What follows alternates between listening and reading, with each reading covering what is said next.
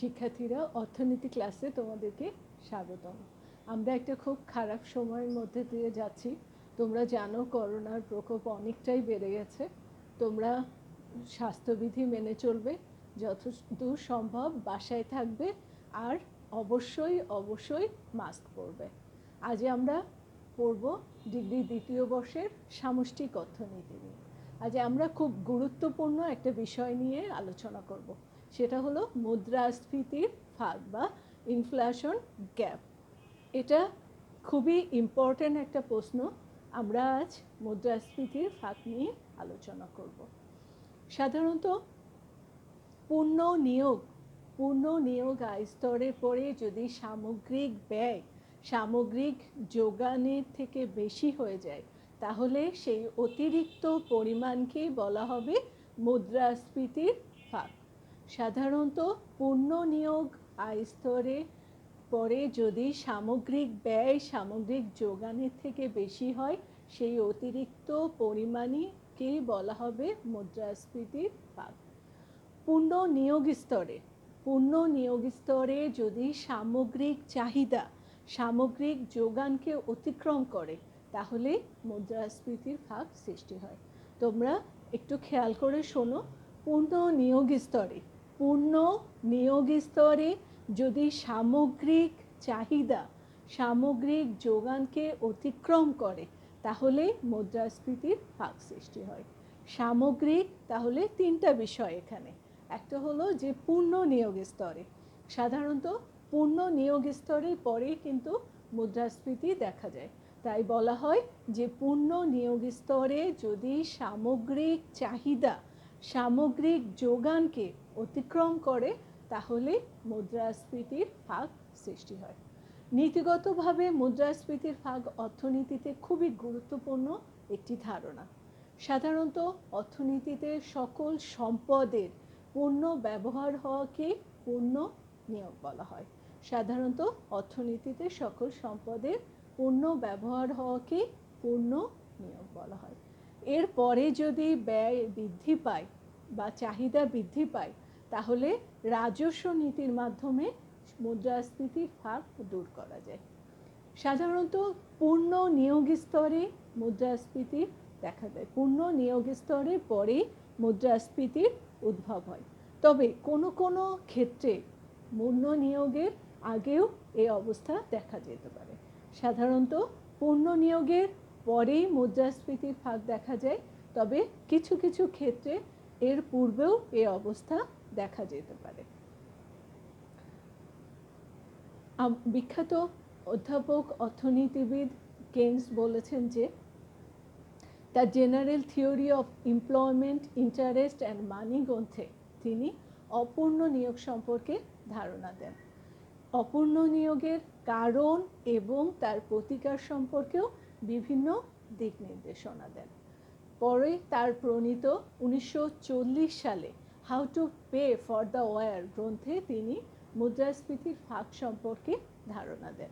How to pay for the war গ্রন্থে তিনি মুদ্রাস্ফীতির ফাঁক সম্পর্কে ধারণা দেন।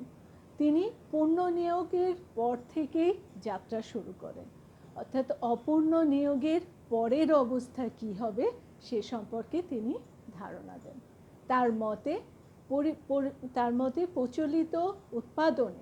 প্রচলিত উৎপাদনে পরিকল্পিত ব্যয়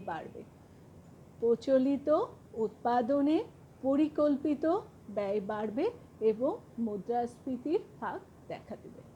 তাহলে আমরা এই থেকে ধারণা পেলাম যে পূর্ণ নিয়োগ স্তরে যদি সামগ্রিক চাহিদা সামগ্রিক যোগানের থেকে বেশি হয়ে যায়, তাহলে মুদ্রাস্ফীতির ফাঁক দেখা দেয়। সামগ্রিক চাহিদা যদি সামগ্রিক যোগানের থেকে পূর্ণ নিয়োগ স্তরে বেশি হয়ে যায়, তাহলে মুদ্রাস্ফীতির ফাঁক দেখা যাবে। তোমরা একটু ধারণা পেলে যে মুদ্রাস্ফীতির ফাঁক কাকে বলা হয়। আমরা এখন প্রামাণ্য সংজ্ঞাগুলো আলোচনা করব। প্রথমেই আমরা আলোচনা করি অধ্যাপক কেইনসের সংজ্ঞা। অধ্যাপক কেইনসের মতে ভিত্তি মানে হচ্ছে পূর্বের ভিত্তি অথবা মুদ্রাস্ফীতি পূর্ব মূল্যে তোমরা খেয়াল করো, মুদ্রাস্ফীতির পূর্ব মূল্যে প্রাপ্ত উৎপাদন অপেক্ষা যে পরিমাণে পরিকল্পিত ব্যয় বেশি হয়, ওই অবস্থাকে মুদ্রাস্ফীতির ব্যবধান বলা হবে। আমি আরও একবার বলছি, ভিত্তি অর্থাৎ পূর্বের, অথবা মুদ্রাস্ফীতির পূর্ব মূল্যে, অর্থাৎ মুদ্রাস্ফীতির পূর্ব মূল্যে প্রাপ্ত মানে পাওয়া যায় উৎপাদন অপেক্ষা, মুদ্রাস্ফীতির পূর্ব মূল্যে যে উৎপাদন পাওয়া যাবে তা অপেক্ষা যে পরিমাণে পরিকল্পিত ব্যয় বেশি হয়, সেই অবস্থাকে মুদ্রাস্ফীতির ব্যবধান বলা হবে। মুদ্রাস্ফীতির পূর্ব মূল্যে যে পরিমাণ উৎপাদন পাওয়া যাবে তা অপেক্ষা যে পরিমাণে পরিকল্পিত ব্যয় বেশি হয়, সেই অবস্থাকে মুদ্রাস্ফীতির ব্যবধান বলা হবে। এখন তোমাদের কাছে সংজ্ঞাটা নিশ্চয়ই সহজ লাগছে। আমরা এর পরের সংজ্ঞা আলোচনা করি। অধ্যাপক এল.আর. ক্লেইনের মতে মুদ্রাস্ফীতির ভাগ বলতে মুদ্রাস্ফীতির পূর্ব মূল্যে মানুষ আয় দ্বারা যা ভোগ করতে চায়, মুদ্রাস্ফীতির পূর্ব মূল্যে মানুষ তার আয় দ্বারা যা ভোগ করতে চায় এবং প্রকৃতপক্ষে যে পরিমাণ ভোগ করতে পারে, এই দুয়ের পার্থক্য বোঝায়। ক্লেইন কি বলেছেন, যে মুদ্রাস্ফীতির ভাগ বলতে মুদ্রাস্ফীতির পূর্ব মূল্যে মানুষ আয় দ্বারা যে ভোগ করতে চায় এবং প্রকৃতপক্ষে সে যে ভোগ করে, এই দুয়ের পার্থক্যই হচ্ছে মুদ্রাস্ফীতির ভাগ। অধ্যাপক লিপসি এর মতে পূর্ণ নিয়োগ স্তরে, তোমরা এখানে মনে রাখবা যে মুদ্রাস্ফীতির ভাগ সাধারণত পূর্ণ নিয়োগ স্তরের পরেই হয়, তবে কোনো কোনো ক্ষেত্রে আবার কিন্তু মুদ্রাস্ফীতির ভাগ মুদ্রাস্ফীতির আগেও দেখা যায়। অর্থনীতি যদি অস্থিতিস্থাপক হয়, তাহলে আয় চাহিদা বাড়লে কিন্তু মুদ্রাস্ফীতির ভাগ দেখা দেয়।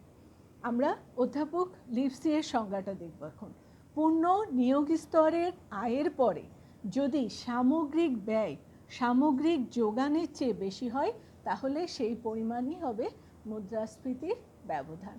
পূর্ণ নিয়োগ স্তরের আয়ের পরে যদি সামগ্রিক ব্যয় সামগ্রিক যোগানের চেয়ে বেশি হয়, তাহলে সেই পরিমাণই হবে মুদ্রাস্ফীতির ব্যবধান। আমরা মুদ্রাস্ফীতির ব্যবধান কাকে বলে জানলাম। এখন আমরা এটা চিত্রের মাধ্যমে ব্যাখ্যা করব। আমরা এখানে দুটো চিত্র আঁকিয়েছি। আমরা বলেছি যে পূর্ণ নিয়োগ স্তরের পরে মুদ্রাস্ফীতির ভাগ বা ইনফ্লেশন গ্যাপ দেখা যায়, তবে কিছু কিছু ক্ষেত্রে পূর্ণ নিয়োগের পূর্বেও কিন্তু মুদ্রাস্ফীতির ভাগ দেখা দিতে পারে। এই জন্য আমরা এই দুটো অবস্থায় চিত্রের মাধ্যমে আলোচনা করব। একটা হলো যে পূর্ণ নিয়োগের পরে, আর একটা হলো পূর্ণ নিয়োগের আগে। তাহলে আমরা প্রথম চিত্রটা দেখি। আমরা এখানে ভূমি অক্ষে আয় দেখেছি এবং লম্ব অক্ষে ব্যয় দেখেছি। ভূমি অক্ষে আয়, লম্ব অক্ষে ব্যয়। আমরা এখানে একটা 45 ডিগ্রি রেখা আঁকিয়েছি। এই 45 ডিগ্রি রেখা আয় ব্যয়ের সমতা নির্দেশ করবে। 45 ডিগ্রি রেখা আয় ব্যয়ের সমতা নির্দেশ করবে। সি প্লাস আই প্লাস জি এই শর্তে E2 বিন্দুতে ভারসাম্য নির্ধারিত হয়েছে। সি প্লাস আই প্লাস জি শর্তে E2 বিন্দুতে ভারসাম্য নির্ধারিত হয়েছে। এখানে পূর্ণ নিয়োগ স্তরের আয় হচ্ছে ওয়াইএফ। পূর্ণ নিয়োগ স্তরের আয় হলো ওয়াইএফ। এখন যদি কোনো কারণে যদি E2 E1 পরিমাণ চাহিদা বেড়ে যায়, কোনো কারণে যদি E2 E1 পরিমাণ চাহিদা বেড়ে যায়, তাহলে আয় বেড়ে ওয়াইএফ থেকে Y1 হবে। আমি আরেকবার বলি, সি প্লাস আই প্লাস জি শর্তে E2 বিন্দুতে ভারসাম্য নির্ধারিত হয়েছে। পূর্ণ নিয়োগ স্তরের আয় হচ্ছে ওয়াইএফ। এখন যদি E2 E1 পরিমাণ চাহিদা বৃদ্ধি পায়, সামগ্রিক চাহিদা বৃদ্ধি পায়, তাহলে আয় বেড়ে ও ওয়াইএফ থেকে ও Y1 হবে। কিন্তু এখানে আর্থিক আয় বাড়লেও কিন্তু প্রকৃত আয় বাড়বে না, যার ফলে দ্রব্যের দাম বেড়ে যাবে। দ্রব্যের দাম বেড়ে যাবে। এবার আমরা দ্বিতীয় চিত্র আলোচনা করব। এখানে আমরা আলোচনা করলাম পূর্ণ নিয়োগের পরে, আর এখানে আমরা আলোচনা করব যে পূর্ণ নিয়োগের আগেও যে কখনো কখনো সাময়িকভাবে মুদ্রাস্ফীতির ফাঁক দেখা যায় তা নিয়ে আলোচনা করব। এখানে দেখো এমএন হচ্ছে যোগান রেখা, সামগ্রিক যোগান রেখা, এবং AD0 হলো সামগ্রিক চাহিদা রেখা। এই সামগ্রিক যোগান এবং চাহিদা রেখার ভিত্তিতে সামগ্রিক যোগান এবং চাহিদা রেখার ভিত্তিতে নির্ধারিত হয়েছে E1, নির্ধারিত হচ্ছে ব্যয় নির্ধারিত হয়েছে E1।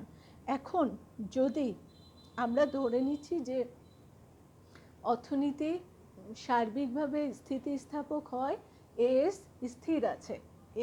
স্থির আছে, এই অবস্থায় যদি চাহিদা AD0 থেকে বেড়ে AD1 হয়ে যায়, অর্থাৎ চাহিদা বেড়ে যায়, তাহলে ব্যয় বেড়ে E1 থেকে E3 হয়ে যাবে, ব্যয় বেড়ে E1 থেকে E3 হয়ে যাবে।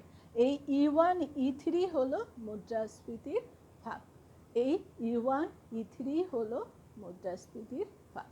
তাহলে আমরা দুটো বিষয় আলোচনা করলাম চিত্রের মাধ্যমে, একটা হলো পূর্ণ নিয়োগের পরে আর পূর্ণ নিয়োগের আগে। আমরা এখন এটা একটা উদাহরণের সাহায্যে ব্যাখ্যা করব। তাহলে তোমাদের বিষয়টা আরও পরিষ্কার হয়ে যাবে। ধরো কোনো অর্থনীতিতে জিএনপি বা বাজার মূল্যে অর্থাৎ মোট জাতীয় আয় 2500 কোটি টাকা।